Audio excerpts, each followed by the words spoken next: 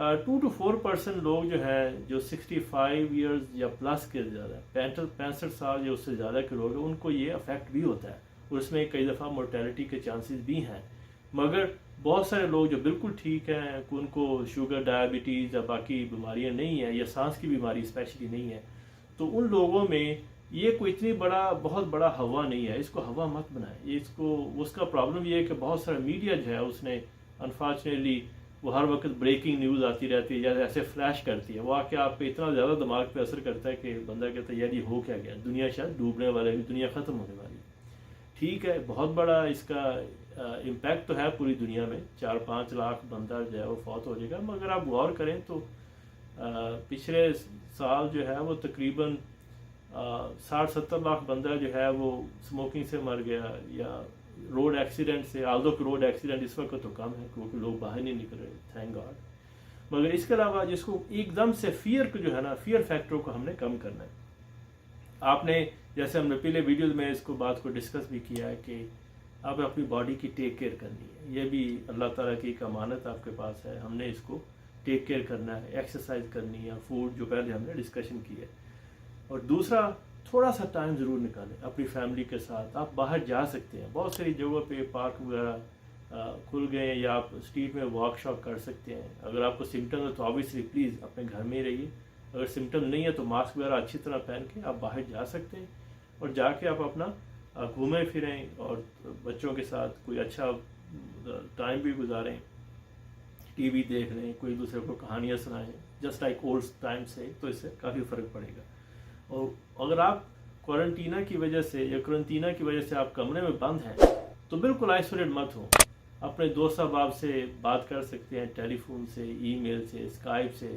اب تو کمیونیکیشن اتنی زبردست ہو گئی ہے کہ آپ بالکل آئسولیٹڈ محسوس ہونے نہیں چاہیے آپ کو.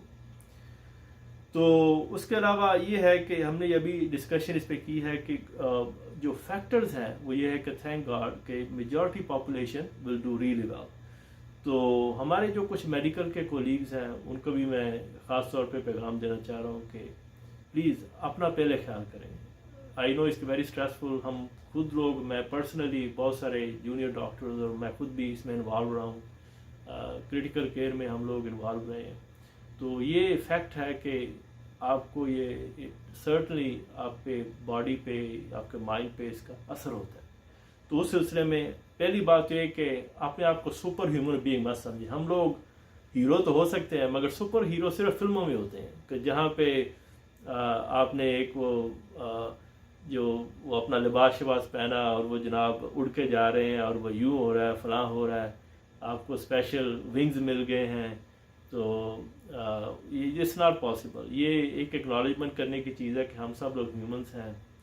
تو ہمیں جو ہے وہ اس کو سلسلے میں بیٹ مین نہیں ہے یا سپر مین نہیں ہے یا کوئی مطلب وہ چیزیں نہیں ہیں. ہمیں اس کو ایکنالج کرنا چاہیے, اسی سلسلے میں اسی طرح اپنی باڈی کو ٹریٹ کرنا چاہیے. سمٹمز کیا ہیں؟ اگر آپ بہت زیادہ فٹیگ ہے, مطلب تھکے ہوئے ہیں, چڑچڑے ہو گئے ہیں, انگزائٹی ہو رہی ہے, تو اس لیے پلیز اپنے آپ کا خیال کریں. ٹیک اے بریک, ون وے اور دی ادر. آپ کو اپنی باڈی کو دوبارہ سے فٹ لانا ہے. اس کے علاوہ ٹائم جو ہے اپنے اپنی فیملی کے ساتھ اسپینڈ کرنا ہے. اسی طرح واپس گھر آ کے جس طرح میں خود بھی اور دوسرے احباب بھی, دوست احباب بھی کر رہے ہیں کہ اچھی طرح اپنے ہاتھوں کو منہ کو صاف کریں, میک شور وضو کریں. اور اس کے علاوہ اگر کوئی ایسا مسئلہ بہت زیادہ گمبھیر ہو گیا تو اس کے لیے ہیلپ لینے میں کوئی حرج نہیں ہے.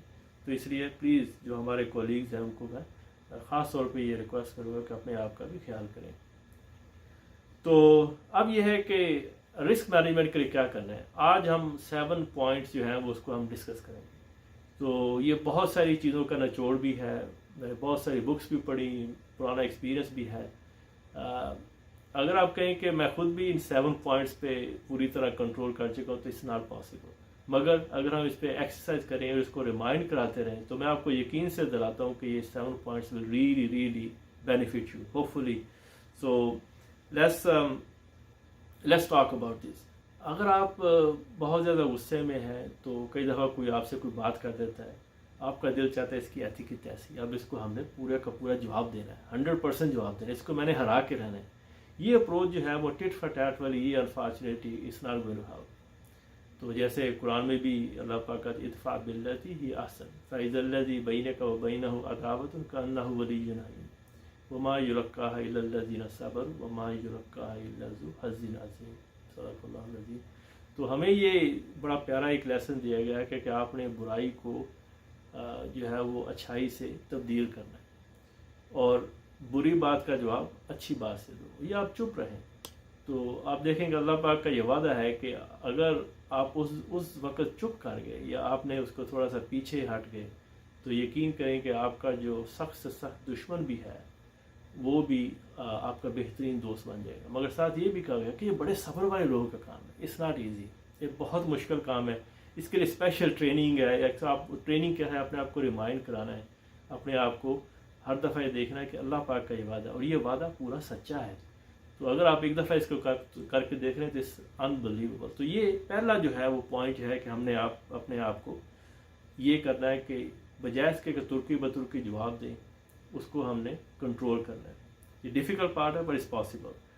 تو دوسرا، آپ نے یہ اپنے آپ سے سوال کرنا ہے جب بھی ان حالات میں کوئی ایشو آ جائے کہ بھئی بہت بڑا کوئی پرابلم ہو گیا، اپنے آپ سے سوال یہ کرنا ہے کہ کیا یہ پرابلم جو ہے 10 سال یا ایون 5 سال کے بعد بھی اتنا ہی امپورٹنٹ ہوگا؟ اگر تو جواب ہاں میں ہے کہ ہاں 5 یا 10 سال کے بعد بھی یہ پرابلم اسی طرح امپورٹنٹ یا میں رہوں گا، تو پھر اس بارے میں مزید آپ ڈسکس بھی کریں، اس کو سوچے سمجھے بھی۔ مگر اگر جواب یہ ہے کہ نہیں، یہ تو 10 دن کے بعد میں اس کو بھول جاؤں گا، اس واقعے کو بھول جاؤں گا، یہ مجھے یاد بھی نہیں رہے گا، تو پھر اس سلسلے میں اپنے آپ کو وہ سزا دینے کا کوئی تصور نہیں بنتا۔ تیسرا پوائنٹ، کئی دفعہ ہوتا ہے کہ چیزوں کو ہم لوگ اسٹریسفل لیتے ہیں، ٹینشن لیتے ہیں اور صحیح طرح سے سو بھی نہیں سکتے۔ تو اس کے لیے بہترین ایک حل جو اوور دی ایئرز ہم نے اس کو ٹرائی بھی کیا ہے کہ سونے سے پہلے آپ اپنے آپ سے ایک سوال کریں کہ کیا موجودہ صورتحال میں نے یہ جو ایشو ہے اس پہ میں نے اپنی پوری کوشش کر لی؟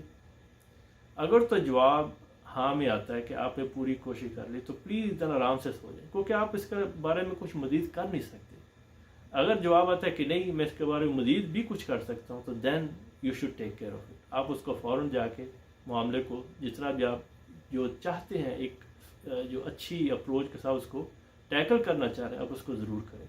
تو انشاءاللہ اس سے جو ہے نا وہ آپ سمجھیں گے کہ ٹھیک ہے جی میں نے اپنی ذمہ داری پوری کر دی۔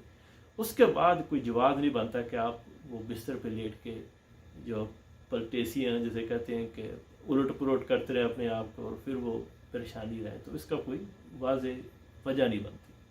چوتھا، آپ جب کسی کے لیے کوئی اچھا کام کریں تو پلیز اس کی ایکسپیکٹیشن مت رکھیں کہ وہ آپ کو اسی طرح کا جواب دے گا۔ Unfortunately most of the time ہم کیا کرتے ہیں، ہم کسی کے ساتھ کوئی اچھائی کرتے ہیں، پھر سوچنے پڑ جاتے ہیں کہ یار میرے ساتھ یہ کیسے اچھا کرے گا، کیونکہ جیسے کہتے ہیں نیکی کر دریا میں ڈال، وہ لٹرلی آپ نے ایسے ہی کرنا ہے، آپ نے نیکی جو ہے وہ اس کو دریا میں ہی ڈالنا ہے۔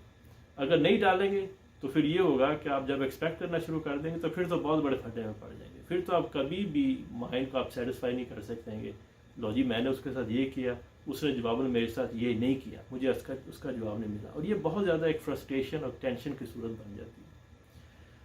پلیز ایک اور امپورٹنٹ بات ہے کہ ہم میں سے کوئی پرفیکٹ نہیں ہے سوائے نبیوں کے، رسول اللہ صلی اللہ علیہ وسلم ہمارے پیارے نبی یا جو پہلے نبی تھے، وہ صرف وہی ہیں جن کو اللہ کی ڈائریکشنز آتی ہیں، ڈائریکٹ وہ کنٹرول میں ہوتے ہیں، اللہ تعالیٰ کے اپنی زبان سے کچھ نہیں کہتے، وہی لوگ پرفیکٹ ہیں۔ ہم سب لوگ پرفیکٹ نہیں ہیں، ہمارے میں خامی ہیں، تو اگر ہم میں خامی ہے تو لوگوں میں خامی ہے تو اس کو برداشت کرنا سیکھ لیں، کیونکہ ورنہ پرابلم یہ ہوگا کہ ہم لوگ سمجھتے ہیں کہ جو میں نے کہہ دیا وہ ٹھیک ہے، دوسرے بندے نے جو کہہ دیا وہ غلط ہے۔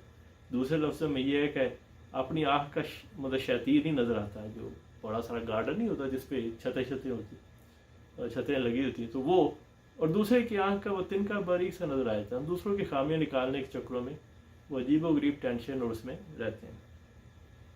تو اس کے علاوہ نمبر 6 بہت امپورٹنٹ بات ہے کہ غصہ تو آپ کو آ گیا، مگر آپ نے کسی دوسرے کی غلطی کی وجہ سے اپنے آپ کو پنش کرنا شروع کر دیا، اور اس طرح ہم پنش کرتے ہیں کہ جیسے چیز کو ختم دبائی جاتے ہیں، الٹیمیٹلی نقصان کس کو؟ آپ کو نقصان۔